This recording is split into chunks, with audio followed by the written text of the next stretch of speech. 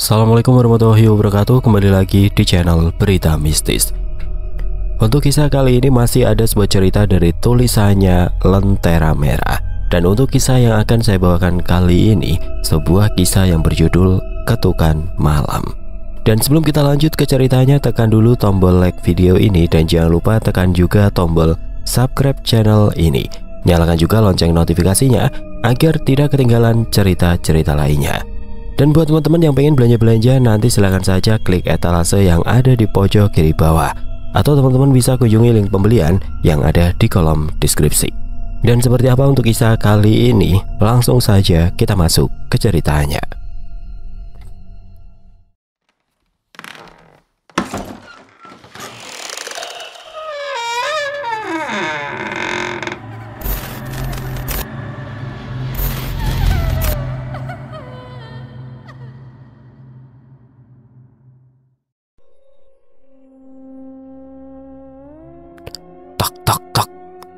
Pukul 12 malam, Sarah tengah tertidur pulas harus terbangun karena mendengar ketukan keras di pintu rumahnya. Mas Doni sudah pulang kayaknya deh, gumam Sarah turun dari ranjangnya. Ia berjalan pelan sedikit lunglai seraya mengusap-ngusap matanya yang masih terasa mengantuk dan sesekali menguap. Tok tok tok. Tunggu sebentar, ucap Sarah dengan nada sedikit kencang. Angin malam berembus kencang tepat di wajah Sarah, sedikit menerbangkan rambutnya yang masih berantakan. Suasana terasa sunyi sepi, tidak ada siapapun di sana. Lagi pula siapa yang akan berkeliaran di malam hari kecuali satpam komplek. Loh, nggak ada siapa-siapa, ujar Sarah celingukan seraya memincingkan matanya. Mencari-cari sosok yang mengetuk pintunya yang sebelumnya ia kira adalah sang suami. Karena dirasa tidak ada orang, ia kembali menutup pintu dan menguncinya, lalu kembali ke kamar tidur untuk melanjutkan mimpi indahnya itu. Gagang pintu bergerak-gerak sendiri dengan cepat, seperti ada yang hendak membukanya dari luar.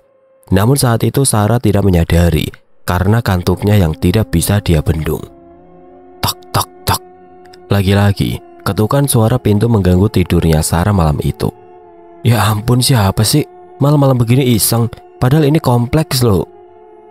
Keluh Sarah yang merasa terganggu dengan ketukan tersebut. Dengan tubuh gontai karena kantuknya, Sarah berjalan keluar kamar dan mendekati pintu utama. Namun kali ini ia tidak langsung membuka pintu seperti tadi. Sarah memutuskan untuk mengintip dari balik jendela dan rupanya suaminya sudah berada di ambang pintu. Walah, Mas Doni sudah pulang, celetuk Sarah seraya membuka pintu utamanya. Mas, kok nggak ngabarin dulu kalau mau pulang? Kan aku jadi bisa nyiapin kebutuhan kamu, Mas, tanya Sarah menatap suaminya itu. Akan tetapi alih-alih menjawab, Doni pun hanya terdiam membisu dan langsung masuk melengos melewati Sarah begitu saja. Loh Mas, ditanya kok diam saja, tegur Sarah yang merasa sedikit kesal dengan sikap suaminya itu. Lagi-lagi tidak ada jawaban. Terasa hening, Doni pun sudah tidak terlihat lagi batang hidungnya dari penglihatan Sarah. Apa Mas Doni marah ya sama aku? Tapi aku salah apa emangnya? Gumam Sarah. Sarah mengunci kembali pintu rumahnya dan berlalu menuju kamar. Di dalam kamar ia sudah mendapati suaminya yang tengah terduduk di tepi ranjang dan hanya terdiam menatap kosong lurus ke arah lemari baju. Sebentar ya Mas, aku buatkan kopi dulu, ujar Sarah di ambang pintu kamar dan berlalu pergi ke dapur. Beberapa menit berlalu, kini Sarah kembali ke kamarnya seraya membawa kopi panas untuk suaminya itu. Mas, ini kop. Belum usai Sarah berucap, rupanya ia tidak mendapati keberadaan suaminya itu, entah kemana rimbanya. Hening, sunyi, tidak ada siapapun, hanya ada dirinya seorang di rumah itu. Loh, kemana lagi Mas Doni? Gumam Sarah celingukan mencari-cari keberadaan Doni. Tok tok tok. Lagi dan lagi terdengar ketukan pintu rumah untuk yang ketiga kalinya Sarah dengar malam itu. Ya ampun, siapalah yang iseng lagi tengah malam begini? Gerutu Sarah merasa kesal. Kopi yang Sarah buat pun ia letakkan di meja samping ranjangnya, lalu kembali menuju pintu utama. Ceklek. Lama sekali kamu bukain Mas pintu, Dek, tegur Doni yang sudah tidak tahan oleh dinginnya angin malam. Dengan wajah kebingungan Sarah hanya terdiam kaku. Alisnya terangkat tinggi dengan mata yang terbuka cukup lebar. Sementara di benak hatinya ia bertanya-tanya, jika ini suaminya, lantas tadi siapa? Loh, Mas baru pulang? Tanya Sarah terbata dengan raut wajah yang bingung seperti orang linglung. Ya iya toh dek, kamu pikir Mas pulang berkali-kali? Sudah, Mas mau masuk, dingin banget di luar dari tadi. Jawab Doni seraya masuk ke dalam rumah dan meninggalkan Sarah yang masih dalam kebingungan. Tubuhnya terasa lelah karena seharian mencari nafkah untuk sang istri, membuat Doni langsung masuk ke dalam kamarnya dan ia pun tersenyum lebar mendapati satu cangkir kopi yang masih panas sudah berada di atas meja. Doni merasa bahwa sang istri cukup cekatan dan peka. Sarah yang masih terpaku di ambang pintu pun terperajat kaget saat merasakan hembusan angin malam tepat di wajahnya. Aduh, udahlah, nggak perlu dipikirin lagi. Keluh Sarah seraya menggaruk rambutnya yang tidak gatal dan menutup kembali pintu rumahnya, lalu pergi ke kamar menemui Doni. Dek, kamu itu seperti tahu saja Mas mau pulang. Sudah dibuatkan kopi panas aja nih. Ujar Doni sumringah memuji istrinya, seraya sesekali menyeruput kopi tersebut dengan nikmat. Sarah hanya tersenyum kaku mendengar ucapan suaminya. Padahal jelas-jelas sebelumnya ia sudah mendapati suaminya pulang. Namun semua terasa sangat aneh malam itu. Akan tetapi Sarah tidak mau terlalu memikirkannya. Mas mau mandi dulu atau tidur dulu? Tawar Sarah kepada Doni dengan suara halusnya. Kayaknya Mas nggak mandi dek, mau bersih-bersih aja. Soalnya Mas kan belum tidur. Jawab Doni seraya meletakkan cangkir kopi tersebut. Ya udah Mas, ke kamar mandi sekarang biar aku siapin baju santainya. Soalnya bau asem nih. Ledek Sarah yang disambut gelak tawa suaminya itu. Malam telah berlalu. Pagi itu Sarah terbangun dan masih mendapati suaminya tertidur pulas di sampingnya. Sebagai seorang istri ia pun mulai mengerjakan perannya. Sayur segar, sayur segar, sayur-sayur. Teriak tukang sayur yang melintas di area komplek. Sarah yang mendengar suara tukang sayur pun bergegas keluar rumah. Mas, sayur! Teriak Sarah yang berhasil menghentikan langkah si tukang sayur. Saat tengah asik memilih sayur yang segar untuk ia masak hari ini, ia tiba-tiba disapa oleh salah satu penghuni komplek yang memang kala itu hendak berbelanja sayur mayur juga. Warga baru ya? Tanya perempuan seumuran dengan Sarah. Iya mbak, jawab Sarah dengan senyum tipis di wajahnya. Namaku Sinta, ujar perempuan tersebut seraya menyodorkan tangannya untuk menjabat tangan. Aku Sarah. Salam kenal ya mbak, senang bisa berkenalan dengan Mbak Sinta, tutur Sarah. Kamu tinggal di rumah ini? Tanya Sinta seraya menunjuk rumah baru Sarah. Sarah pun hanya mengangguk pelan mengiyakan ucapan Sinta. Kenapa mbak? Oh nggak apa-apa, cuma aku mau bilang kalau tinggal di sini kamu harus lebih mawas diri, ucap Sinta berlalu pergi. Sarah pun mengerutkan alisnya. Ia merasa aneh dengan ucapan Sinta. Setelah usai berbelanja, Sarah kembali ke dalam rumahnya dan mendapati suaminya sudah terbangun, duduk di tepi ranjang seraya menghadap ke arah lemari baju. Loh mas, sudah bangun? Tadi aku ke depan sebentar beli sayur. Sapa Sarah yang berlalu begitu saja menuju dapur untuk meletakkan belanjaannya. Saat Sarah hendak meletakkan kresek bawaannya, tiba-tiba saja krak, pintu engsel kamar mandi terbuka dengan sendirinya. Mata Sarah pun membelalak, alis terangkat tinggi. Indra penglihatannya kembali memincing saat ia melihat suaminya keluar dari kamar mandi. Segarnya, ujar Doni seraya mengusap rambutnya yang masih basah menggunakan handuk dan masih berdiri di ambang pintu kamar mandi. Lu mas? Ucap Sarah terputus dengan wajah bingungnya yang masih terus mengamati Doni. Ada apa sayang? Tanya Doni yang menghampiri Sarah lalu mencium kening sang istri. Akan tetapi Sarah hanya diam terpaku. Ia berpikir apakah tadi yang ia lihat di kamarnya adalah halusinasi semata atau... Aku tadi lihat kamu di kamar loh. Kok tiba-tiba kamu keluar dari kamar mandi sih mas?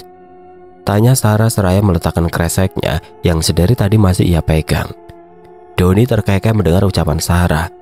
Mana mungkin dia secepat kilat berpindah tempat dari kamar tidur ke kamar mandi. Kamu itu pagi-pagi sudah bercanda aja dek, kata Doni seraya terkekeh. Tapi aku serius mas, aku lihat kamu duduk di samping ranjang. Orang aku aja sempat ngomong ke kamu kok, jawab Sarah dengan nada serius sambil mengerutkan alisnya. Karena tidak mau ambil pusing, Doni berupaya meyakinkan Sarah bahwa apa yang Sarah alami hanya halusinasi semata dan tidak perlu diperdebatkan lagi. Sarah yang merasa ucapannya tidak dianggap pun merasa sedikit kecewa. Tapi mungkin suaminya benar. "Aku lapar loh, Dek," ujar Doni seraya memeluk Sarah dengan manja.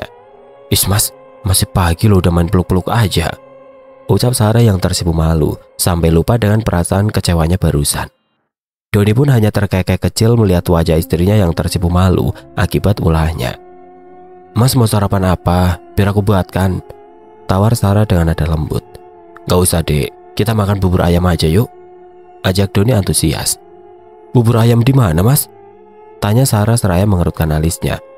"Ada loh di ujung kompleks sana," tutur Doni yang memang pernah melihat ada tukang bubur di ujung komplek. "Yowis, ayo," jawab Sarah bersemangat. Sarah mengunci pintu utamanya dan menghampiri Doni yang sudah menunggu Sarah di atas sepeda motornya. "Sudah, Dek?" tanya Doni yang dibalas anggukan oleh Sarah. Mereka berdua pun berlalu menuju ujung komplek dan benar saja, di sana terdapat beberapa orang berjualan. Ada yang jualan nasi uduk, aneka jajanan basah dan kering, dan bubur ayam. Doni dan Sarah pun berhenti di tukang bubur lalu memesan 2 mangkuk bubur ayam. "Warga baru ya, Mas?" tanya tukang bubur dengan ramah sembari menyiapkan pesanan Doni dan juga Sarah.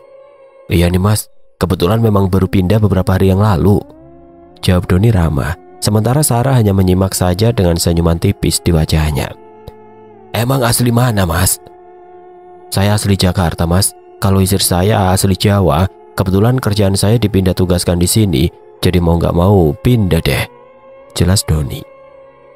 "Bukannya komplek di sini udah penuh ya, Mas? Kecuali rumah nomor A07 yang nggak laku-laku itu," ujar tukang bubur seraya meletakkan 2 mangkuk bubur ayam di hadapan Sarah dan juga Doni.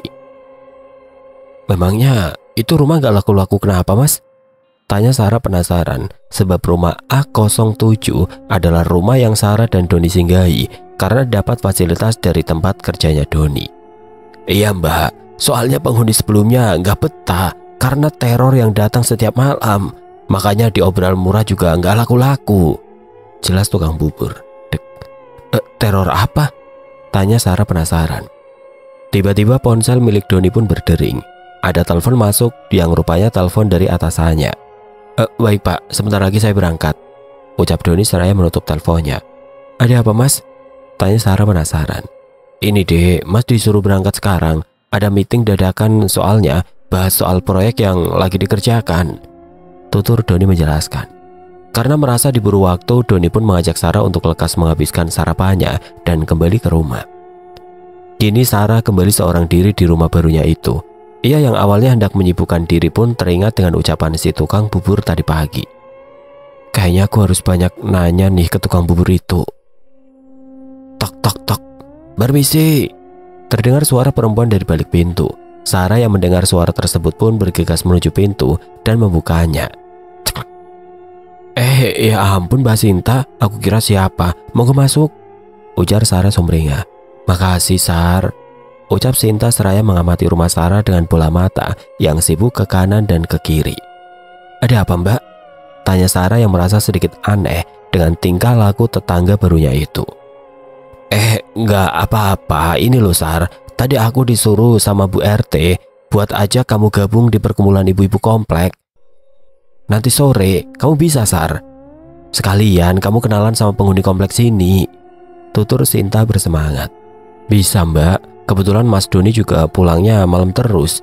Aku kesepian sendirian di rumah," keluh Sarah kepada Sinta. "Apa kamu gak ada keluarga di sini, Sar? Kalau bisa, kamu jangan sendirian terus kalau nggak mau ucap Sinta terputus. "Dia apa, Mbak?" tanya Sarah penasaran. Lupakan. Ya sudah, Sar. Nanti sore aku mampir ke sini. Nanti kita bareng-bareng ke rumah Bu RT. Kalau gitu, aku pamit dulu ya, Sar. Assalamualaikum," pamit Sinta yang terkesan buru-buru. "Waalaikumsalam, Mbak," jawab Sarah seraya menatap kepergian tetangga barunya itu. Ponsel Sarah berdering. Ada pesan masuk dari Doni yang rupanya memberitahukan bahwa malam ini Doni akan pulang lebih larut. Sarah yang membaca pesan dari suaminya itu mendadak cemberut. Lagi-lagi ia harus tidur sendirian, padahal Sarah dan Doni belum lama menjalin biduk rumah tangga. Namun apa boleh buat, karena tanggung jawab dengan pekerjaannya, sehingga Doni jarang ada waktu untuk Sarah. Sore itu Sarah sudah bersiap-siap dan menunggu kedatangan Sinta untuk pergi bareng ke rumah Bu RT. "Hai Sar, udah siap rupanya?" sapa Sinta yang sudah mendapati Sarah yang menunggu dirinya di depan rumah. Iya mbak, tunggu ya, aku kunci pintu rumah dulu," ujar Sarah yang dibalas anggukan oleh Sinta. Sesaat Sarah melihat Sinta tersenyum dan menganggukkan kepalanya ke arah jendela kamar Sarah yang memang terletak di depan. "Mbak, kenapa?" tegur Sarah. "Suamimu sudah pulang ya Sar? Kok pintu kamu kunci?" tanya Sinta merasa aneh. "Ah, suamiku?" ucap Sarah bingung. "Iya, itu loh, ada laki-laki di jendela kamar kamu. Ya pasti suamimu toh, siapa lagi?" tutur Sinta seraya menunjuk ke arah jendela kamar Sarah. Tetapi saat Sarah menoleh, tidak ada apapun di sana dan menganggap kalau Sinta berupaya menakut-nakuti dirinya saja.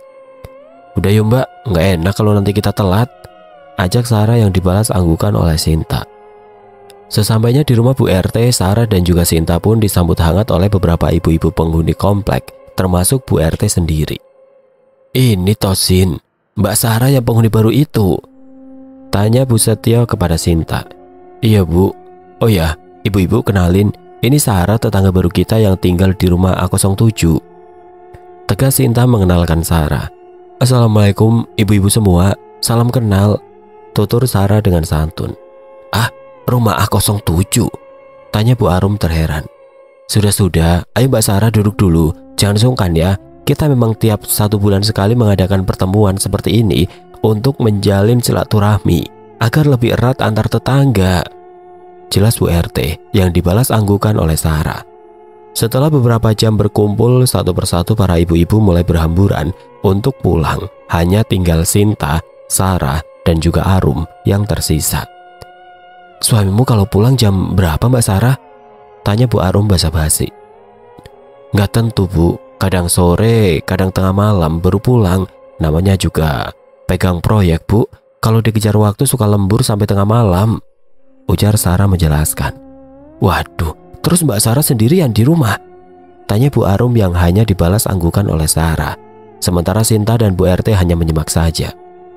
"Kalau bisa saudara atau cari asisten rumah tangga buat nemenin Mbak Sarah, biar nggak kesepian," usul Bu RT tiba-tiba.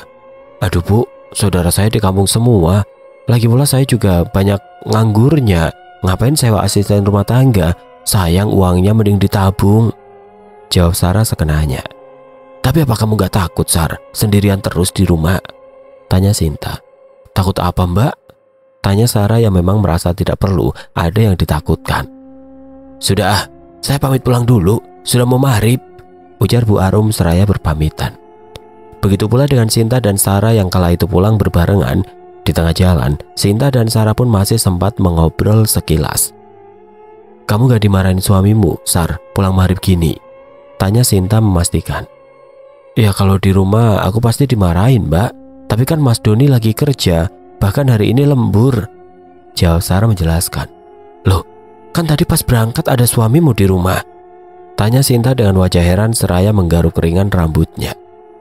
"Mbak Sinta ngawur, orang aku dari tadi siang sendirian kok di rumah. Mas Doni pagi-pagi udah berangkat Mbak," jelas Sarah seraya terkekeh pelan. Dek, jantung Sinta berdetak cukup cepat. Wajahnya berubah pucat pasi mendengar jawaban dari Sarah. Jika Sarah di rumah seorang diri, lantas yang tadi sore ia sapa di jendela siapa? "Sar, maaf ya, aku gak bisa antar kamu sampai rumah," ucap Sinta mendadak. "Gak apa-apa Mbak." Sarah dan Sinta berpisah di tengah jalan. Suasana sudah semakin gelap, hanya dihiasi lampu-lampu jalanan dan lampu-lampu komplek. Suasana terasa sunyi karena memang keadaan waktu maghrib. Adzan pun berkumandang, samar-samar karena lokasi musola yang sedikit jauh dari tempat Sarah berdiri. Serak, serak, serak. Hanya terdengar suara sendal Sarah yang berpadu dengan aspal. Seraya celingukan, Sarah pun buru-buru melangkahkan kakinya karena merasa seperti ada yang mengikuti. Takut kalau ada orang jahat atau jambret. Tidak terasa ada sepasang mata yang selalu mengintai pergerakan Sarah. Sesampainya di rumah, Sarah buru-buru masuk ke dalam rumah dan menguncinya. Tidak lupa ia menyalakan semua lampu yang sebelumnya padam, lalu bergegas ke kamar untuk berganti pakaian. "Aduh, haid rupanya," keluh Sarah yang baru saja sudah tercetak warna darah di celananya. Buru-buru ia ke kamar mandi untuk bersih-bersih dan memakai pembalut. Tak, tak, tak. Terdengar samar-samar ketukan pintu. Sarah yang masih di kamar mandi pun buru-buru ke depan untuk memastikan siapa yang datang. Apakah suaminya yang pulang atau ada tamu malam-malam begini. Sarah pun mencoba mengintip dari balik jendela. Rupanya sudah ada sosok pria yang berdiri di ambang pintu utama. Sosok yang sangat ia hafal. Siapa lagi kalau bukan suaminya. Dengan wajah sumringah, Sarah pun membuka pintunya. Ia tidak menyangka suaminya akan secepat ini pulang. Mas nggak jadi lembur? Tanya Sarah dengan senyuman manis di wajahnya. Tidak, jawab Doni singkat. Doni pun langsung masuk begitu saja seraya menggandeng tangan Sarah. Tunggu sebentar mas, aku belum kunci pintu. Keluh Sarah melepaskan genggaman tangan suaminya itu. Di saat tengah menutup pintu, tiba-tiba tubuh Sarah dipeluk erat dari belakang, cukup kencang sehingga membuat Sarah sedikit susah bernafas. Aduh mas, kamu ini kenapa sih? Aku sampai ngap loh. Keluh Sarah yang tidak dihiraukan oleh suaminya. Dengan bersemangat, Doni mencium leher Sarah dari belakang, mengendus-ngendus aroma tubuh Sarah. Wangi, aku suka, tegas Doni dengan suara beratnya. Dengan tangan dinginnya ia mulai mendekap erat tubuh istrinya itu. Mas, stop deh, aku lagi haid. Hardik Sarah yang berupaya menghentikan suaminya. Akan tetapi lagi-lagi Doni tidak menghiraukan dan menarik tangan Sarah, mengajaknya ke kamar seperti orang kesetanan. Sarah digagahi malam itu juga, tanpa peduli jika Sarah sedang haid dan kesakitan. Aduh, sakit. Keluh Sarah yang tertati-tati berjalan menuju kamar mandi. Kakinya sudah gemetar dan tidak mampu menopang tubuhnya sendiri. Pahanya bersimbah darah haid yang tidak beraturan karena perlakuan Doni yang di luar batas. Sarah masih shock dengan kejadian barusan sehingga membuat dirinya tidak sadarkan diri di depan kamar mandi. Dek, ayo bangun dek, ucap Doni dengan suara halusnya seraya menepuk-nepuk pipi Sarah dengan lembut. Selang beberapa menit Sarah pun tersadar dan sudah mendapati suaminya berada di hadapannya. Mengingat kejadian malam tadi, dengan spontan ia pun beringsut menjauhkan tubuhnya dari suaminya itu. Kamu kenapa dek? Tanya Doni terheran yang melihat istrinya seperti ketakutan. Jangan mendekat mas, aku nggak mau. Teriak Sarah histeris seraya menunjuk ke arah Doni. Kamu kenapa sayang? Tanya Doni yang berupaya mendekati Sarah. Namun lagi-lagi Sarah histeris dan berteriak tidak karuan sampai-sampai tidak sadarkan diri lagi. Karena merasa cemas dengan kondisi istrinya, Doni pun memutuskan untuk membawa sang istri ke klinik terdekat untuk diperiksa. Akan tetapi dalam pemeriksaan tidak ada sesuatu hal yang fatal dan Sarah hanya dianjurkan untuk istirahat yang cukup dan minum vitamin. Beberapa hari berlalu namun kondisi Sarah masih sama tidak berubah. Bahkan hampir setiap malam Sarah selalu berteriak histeris dan sama sekali tidak mau disentuh oleh Doni suaminya sendiri. Sampai-sampai Doni harus meminta tolong kepada adik Sarah untuk menemani Sarah dikala Doni tengah bekerja. Malam itu Doni tidak bisa pulang karena ada proyek di luar kota untuk 2 hari.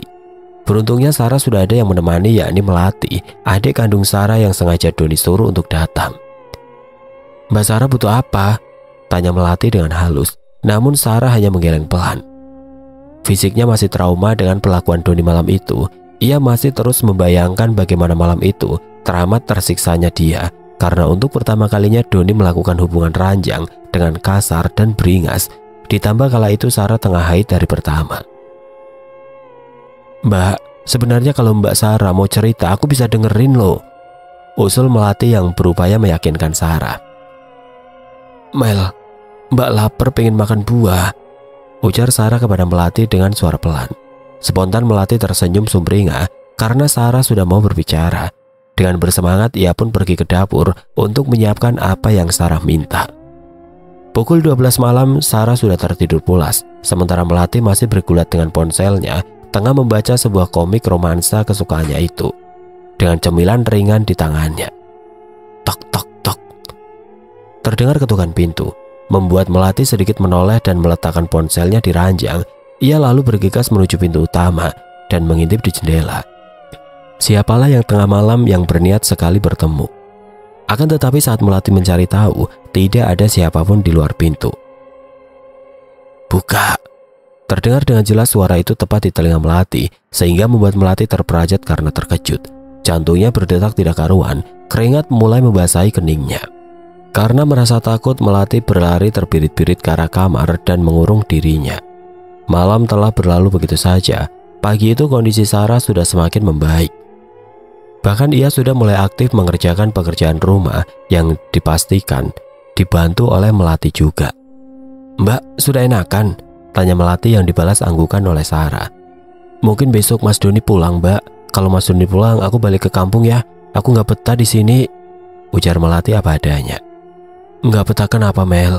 tanya Sarah bingung. "Nggak tahu, Mbak. Nggak betah aja. Hawa rumah di sini bikin nggak nyaman. Mungkin karena aku biasa dengan lingkungan ramai kali ya," celoteh Melati. "Ya wes, nggak apa-apa. Lagian Mbak juga udah baik-baik aja kok," kata Sarah dengan senyuman kaku di wajahnya. Beberapa hari telah berlalu, kini Sarah kembali sendirian di rumahnya, bertemankan sepi. Doni yang memang saat itu masih dilanda lembur pun mau tidak mau harus meninggalkan istrinya seorang diri di rumah. Sementara Melati sudah kembali ke kampung karena nggak betah tinggal di rumah Sarah. Pukul 8 malam saat tengah asik menonton TV, tiba-tiba Sarah dikejutkan bayangan yang masuk ke dalam kamarnya. Buru-buru ia mencoba untuk memastikan, takut kalau ada maling yang memasuki rumahnya. Akan tetapi saat dicek, tidak ada siapapun. Tiba-tiba, brak! Tubuh Sarah terperajat akibat terkejut mendapati jendela kamar yang tiba-tiba terbuka cukup kencang.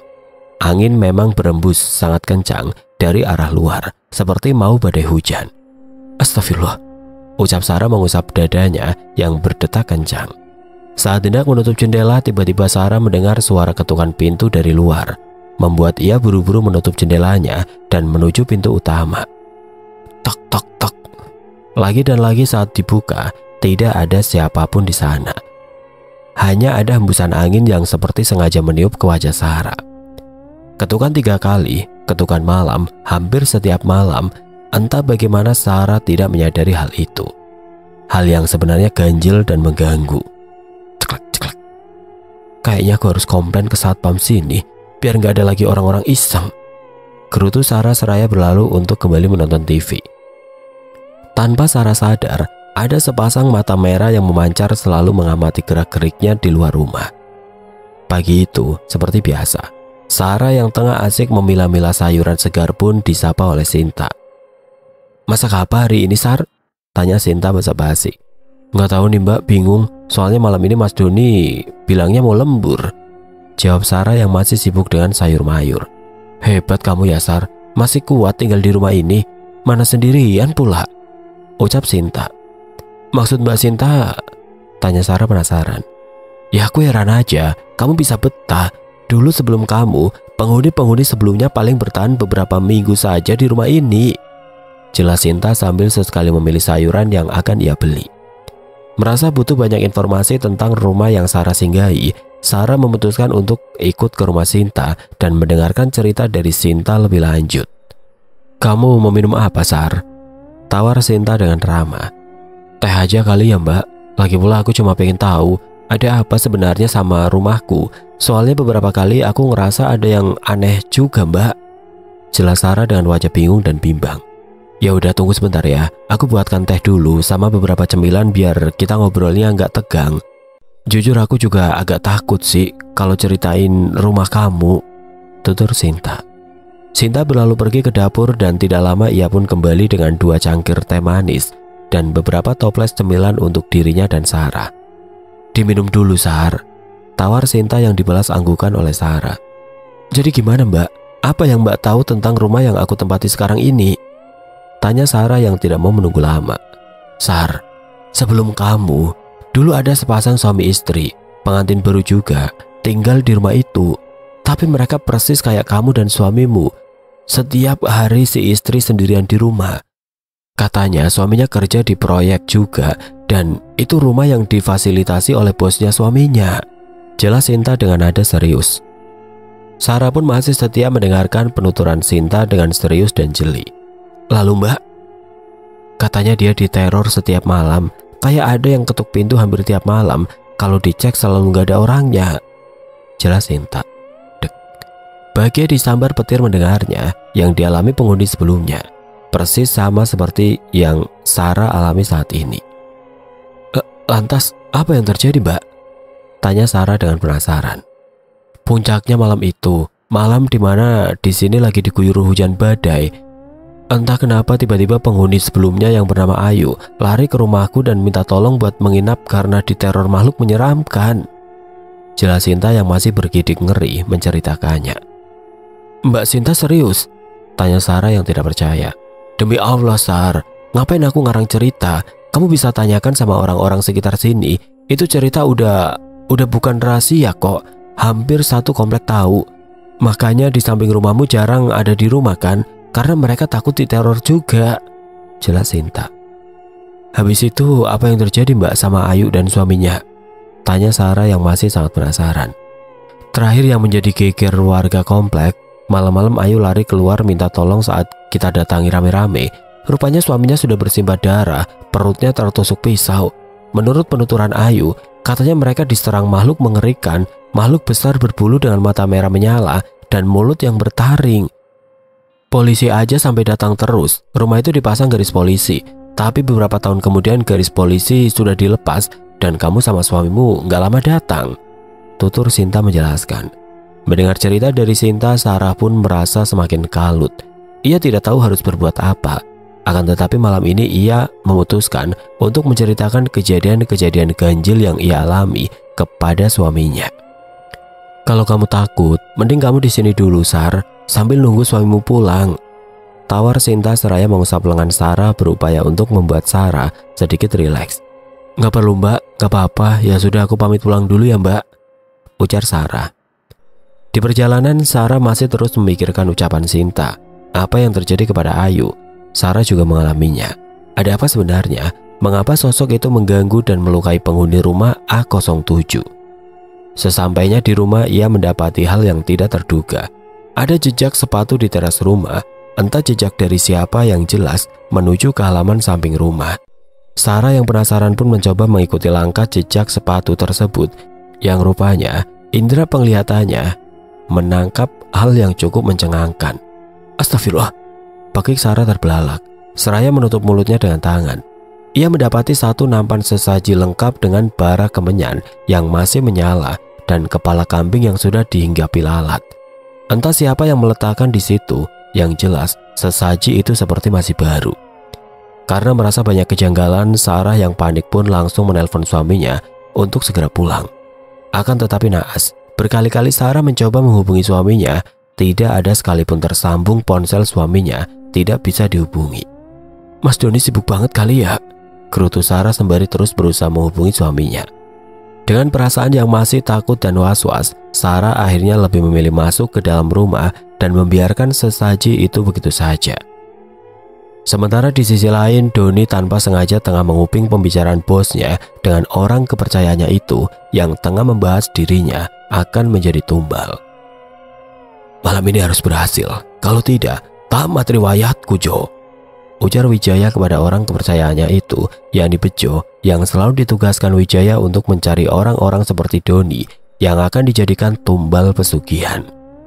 Tenang saja Pak, selama ini kita tidak pernah gagal. Wanita untuk ditituri genderuwo itu juga nyawa seorang pria untuk tumbal sudah siap dimangsa. Lagi pula saya sudah mempersiapkan sesaji itu di samping rumah, jelas Bejo yang dibalas senyuman licik oleh Wijaya. Bejo sebagai orang kepercayaan Wijaya pun sebetulnya telah terikat satu sama lain. Makanya ia selalu membantu dan menjadi tangan kanan Wijaya untuk mencari tumbal demi harta dan keselamatannya juga. Gila, ini benar-benar gila. Aku harus pulang dan pergi dari rumah itu sebelum terlambat, batin Doni. Langkahnya perlahan mundur. Ia pun dengan hati-hati menjauhi area tersebut dan pergi untuk menemui Sarah. Di perjalanan, Doni pun seperti diganggu. Tiba-tiba ban motornya bocor dan terjatuh, terperosok hingga membuat kondisi dirinya tidak beraturan.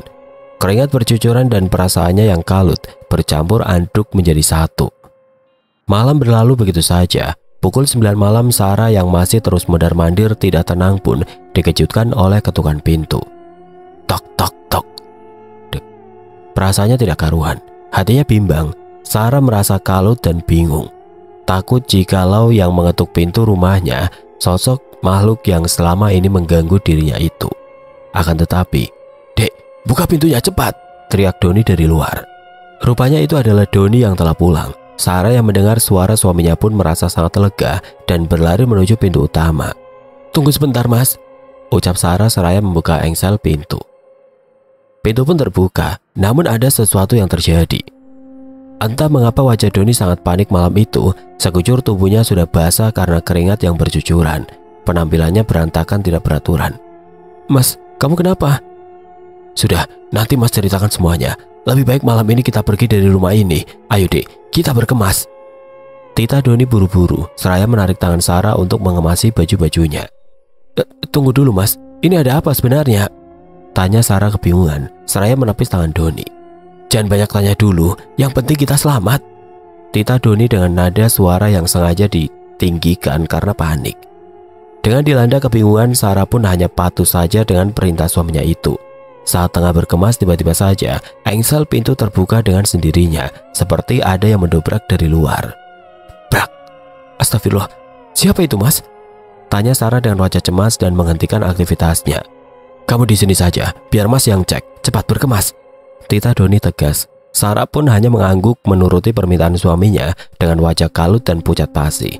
Saat Doni cek, tidak ada siapapun di sana, namun sesaat ia tersadar. Ada suara erangan keras dari dalam rumah. Merasa nyalinya hanya di ujung kuku, Doni memutuskan untuk meminta bantuan warga sekitar dan mencari ustadz untuk berjaga-jaga dan meruqyah rumah tersebut agar makhluk tersebut tidak mengganggu dirinya dan juga Sarah. Di sisi lain, tiba-tiba Sarah mendengar suara eraman berat. Entah suara apa yang jelas Sarah tidak tahu. Segelebat seperti ada bayangan yang lewat di depan jendela kamar Sarah, membuat Sarah penasaran dan mengeceknya. "Mas Doni!" teriak Sarah memanggil-manggil suaminya itu, namun hening, tidak ada jawaban. Sarah yang awalnya fokus dengan barang-barangnya pun akhirnya terkecoh dan mencari tahu karena penasaran. "Mas, kamu di mana?" teriak Sarah berupaya memanggil suaminya. Hening, angin mendadak berembus cukup kencang meniup hordeng jendela rumah Sarah, yang memang dengan kondisi engsel pintu utama yang terbuka lebar, sementara Doni entah kemana. Lagi-lagi Sarah mendengar erangan suara tersebut yang tepat berada di belakang tubuhnya. Langkah kakinya pun terpaksa ia hentikan. Dengan perasaan yang cukup cemas, dengan keringat yang mulai membasahi keningnya, Sarah memberanikan diri untuk melihat siapa yang berada di belakangnya itu. Dengan hati-hati dan tubuhnya yang sedikit kaku, ia menoleh dengan perlahan. Alangkah terkejutnya Sarah yang melihat sosok hitam besar, tinggi menjulang sampai hampir mengenai plafon rumah. Dengan mata merah menyala dan gigi yang bertaring, menyeringai menatap ke arah Sarah. "Ah!" teriak Sarah, namun suaranya tidak mampu keluar seperti tercekik. Tubuhnya menggigil ketakutan dan sampai akhirnya Sarah pun pingsan. "Tolong, cepat Ustadz!" ujar Doni seraya berlari menuju rumahnya. Tepat sekali saat Sarah pingsan karena melihat sosok tersebut, Doni dan juga Ustadz datang dan langsung mencari keberadaan Sarah yang sudah terbaring tidak sadarkan diri. Malam itu juga rumah diruqyah oleh ustadz yang Doni panggil untuk mengusir sosok tersebut. Namun penuturan dari ustadz, sosok tersebut sudah berada di rumah tersebut cukup lama dan sulit untuk diusir. Pada akhirnya Doni dan Sarah lah yang pergi dari rumah tersebut. Setelah beberapa saat kepergian Sarah dan juga Doni dari rumah itu, Bejo pun datang untuk memastikan kondisi calon tumbalnya itu. Namun tiba-tiba Bejo diserang oleh sosok makhluk mengerikan itu yang marah akibat tumbalnya tidak berhasil ia santap. "Ampun, tolong jangan saya, bukan saya tumbal kamu!" teriak Bejo yang berupaya lari dari rumah tersebut, namun upayanya tidak membuahkan hasil. Bagik Bejo kesakitan saat tubuhnya dilempar begitu saja dan membentur tembok rumah. Darah segar mengucur deras dari mulutnya, membuat ia semakin tidak berdaya. Jangan, bukan aku," ucap Bejo terbata-bata. Sakit, tolong!" "Kau tumbalku!" teriak makhluk seram tersebut seraya mencabik-cabik tubuh Bejo hingga Bejo tewas. Setelah tewasnya Bejo, kini giliran Wijaya yang pastinya akan menjadi tumbal selanjutnya. Memang begitulah perjanjiannya. Jika tidak berhasil memberikan tumbal, maka Wijaya sendirilah yang akan menjadi tumbal. Tok tok, tok tok tok. Ketukan dari pintu ruang tamu Wijaya.